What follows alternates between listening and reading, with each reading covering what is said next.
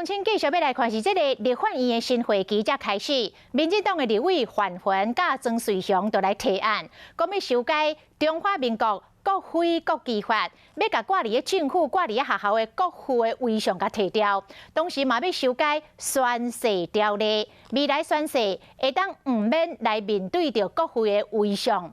范云认为这是咧企图着威权的个人的崇拜，结果去由国民党的立委呛讲，食饱伤赢。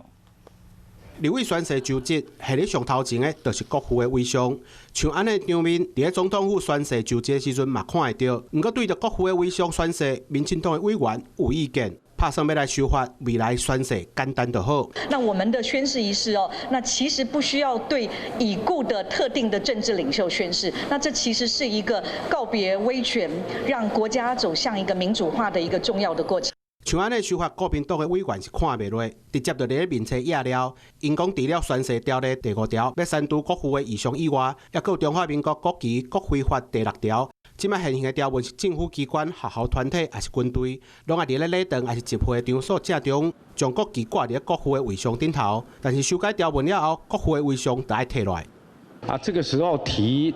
这样的提案，我不知道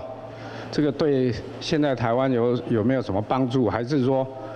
我们是闲着没事干吗？ 其实像安尼去威权化的修法已经唔是第一摆，但是即届来看占多数的民进党委员是毋是有机会再进一步？